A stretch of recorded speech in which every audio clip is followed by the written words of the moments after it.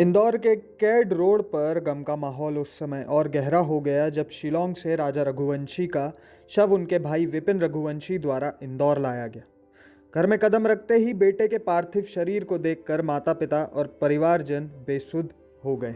चारों ओर मातम छा गया और पूरे मोहल्ले में गहरे दुख की लहर दौड़ गई। राजा रघुवंशी का अंतिम संस्कार आज हिंदू रीति रिवाजों के अनुसार किया गया।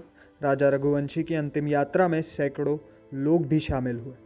आपको बता दें कि 11 मई को राजा रघुवंशी की शादी सोनम रघुवंशी से हुई थी। नई जिंदगी की शुरुआत के लिए राजा 20 मई को अपनी पत्नी सोनम के साथ हनीमून के लिए शिलोंग रवाना हुए थे, लेकिन ये खुशी कुछ ही दिन में त्रासदी में बदल गई।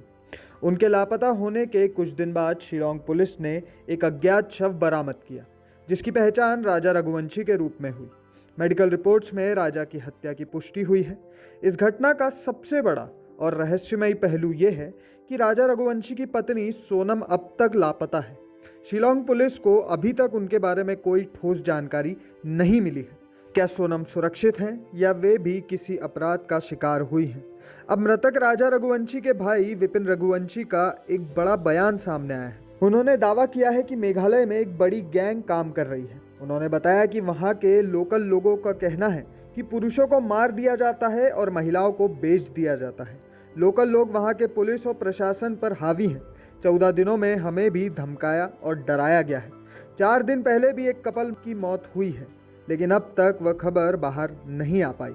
मेघालय के मुख्यमंत्री वहां की घटनाओं को हाईलाइट नहीं होने देते हैं। उन्होंने कहा कि हमने पुलिस को जिस पर भी शक जाहिर किया, उसे पुलिस ने एक भी बार पूछताछ नहीं की। जहां से स्कूटी ली, पहला शक उसी पर है। हमें यह कहकर धमकाया गया कि तुमने मेघालय की बदनामी कर दी है। किसी लोकल लोगों के हाथ में अगर आ गए तो पुलिस भी तुम्हें नहीं बचा पाई। सोनम का अपहरण किया गया है और उसे वहां से कई और भेज दिया गया है।